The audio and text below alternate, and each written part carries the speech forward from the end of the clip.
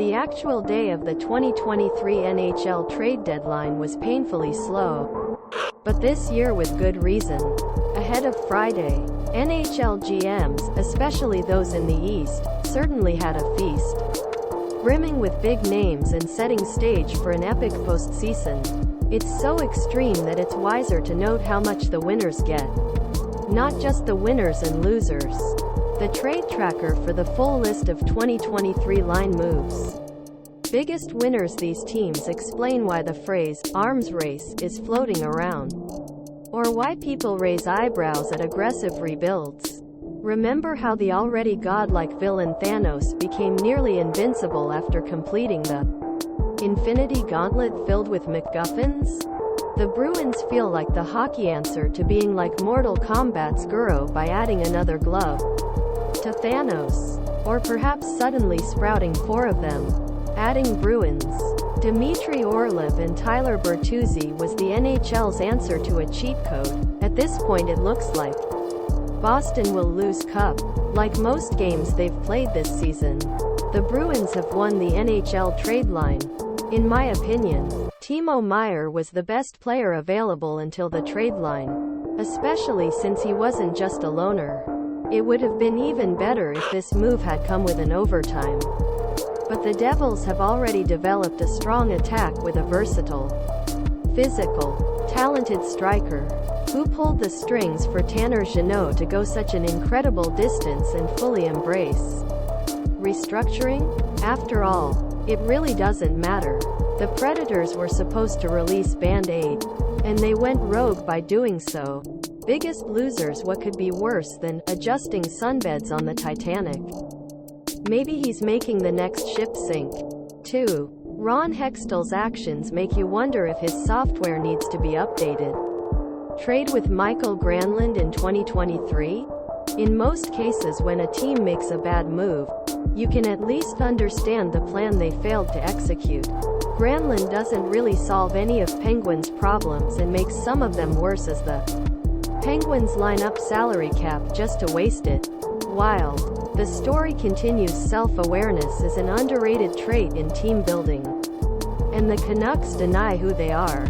Burning many of polarizing returns from the Bo Horvat trade in Filip Hronek only reinforces feeling that they have no idea. More winners when the playoffs start. They may wish to pass the test rather than get a B+. Yet these teams are still rated nicely. Nostalgic types rank the Rangers among the biggest winners. In 2023, Vladimir Tarasenko and Patrick Kane have warts that you can't quite hide. That said, it makes sense for the Rangers to choose it. And despite their age advances and injuries, these players still have a lot of skill. It's not hard to imagine them all coming together for one big run. Toronto Maple Leafs. Given the sheer number of moves the Maple Leafs have made, you won't necessarily agree with every step. However, while Ryan O'Reilly puts some pressure on top players like Auston Matthews, he deepens an already solid defensive troop like underestimated Jake McCabe, Schenn and Erik Gustafsson. Mattias Ekholm isn't the sexiest player possible, but he's a big upgrade for a 5-on-5 Oilers team.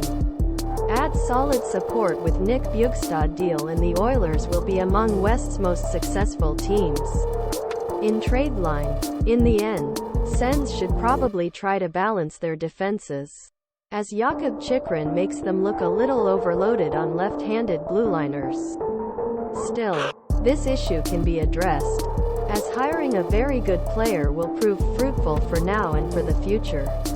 In the big picture, to be continued. Here, if Red Wings converts these picks to quality squad players, or at least completes the picks, the rank will change. Either way, getting something was very important to Tyler Bertuzzi, and we hope the change of scenery benefits Jakub Vrana.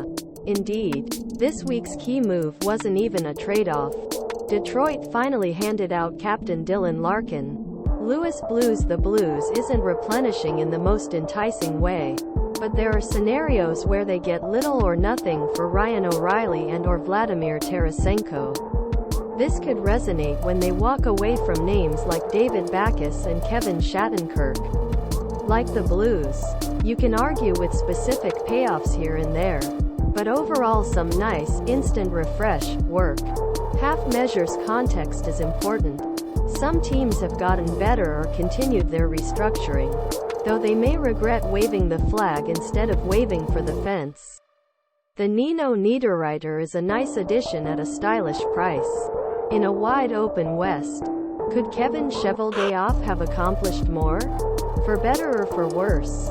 You could say similar things about many Western contenders. Secretly, the Stars have a real chance to make some noise.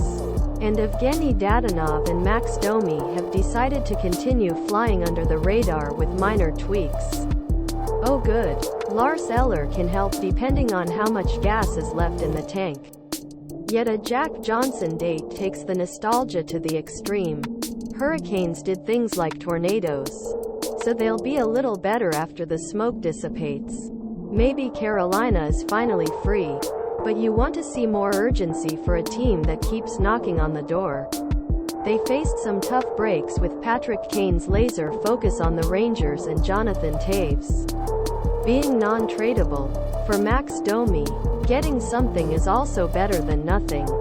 Still, Chicago wanted to make better progress in its aggressive rebuilding. Columbus showed his ingenuity when a better contest for Vladislav Gavrikov as part of the Jonas Korpisalo trade fell to get the first round. However, it's unclear whether Columbus is going in a great direction, which isn't ideal as they're such a bad team that they're sneakily expensive. More losers teams that are closer to disappointments than disasters. Of course, Lightning is smart and they will probably get the most out of Tanner Jeannot. Still, none of this changes my mind that they're paying too much for a marginal player. The Kings really need help at the net and Jonas Korpisalo has been good this season even though some of his playoff performances may not have gotten as high as might think. Honestly, that makes it easy to overpay for Vladislav Gavrikov, but this Kings team should regret not going after someone bigger like Chychrun. Trading Chychrun is a relief, but it's disappointing return. Best of all, the line really makes the amateur watch elements of this series more comfortable. Would the arrival of Connor Bedard stop this series from becoming a farce? And when? Anyone else worried about the direction of this franchise? If there's a chance to trade problematic contracts like Josh Anderson or especially Joel Edmondson, and they haven't, that's very worrying. If you like Bo Horvat trading, your mileage will vary. The price was good, but selling more high picks doesn't feel ideal for an aging team that isn't guaranteed to make the playoffs. This series' love of celebrity gambling sometimes feels as subtle as a video game's GM mode. They may panic when they realize that Jonathan Quick is no longer 83. Talk about quantity rather than quality. Yes, this team is facing serious salary cap headaches, but they don't inspire confidence that they will be out of the emotional middle ground anytime soon. Is this thing on? Sometimes it makes sense to do nothing. Other times you worry if the machine is unplugged. Technically they traded John Klingberg, but too much meh with the Ducks and mostly nothing. This team is in a confusing situation and management seems to agree. Much like their off-season trading partners in Calgary, the Panthers may be stuck, and the lack of clarity doesn't feel good. Unfortunately, they can't trade for a true consistent plan on the line. Are mythical sea creatures sleeping? Of course it looks that way.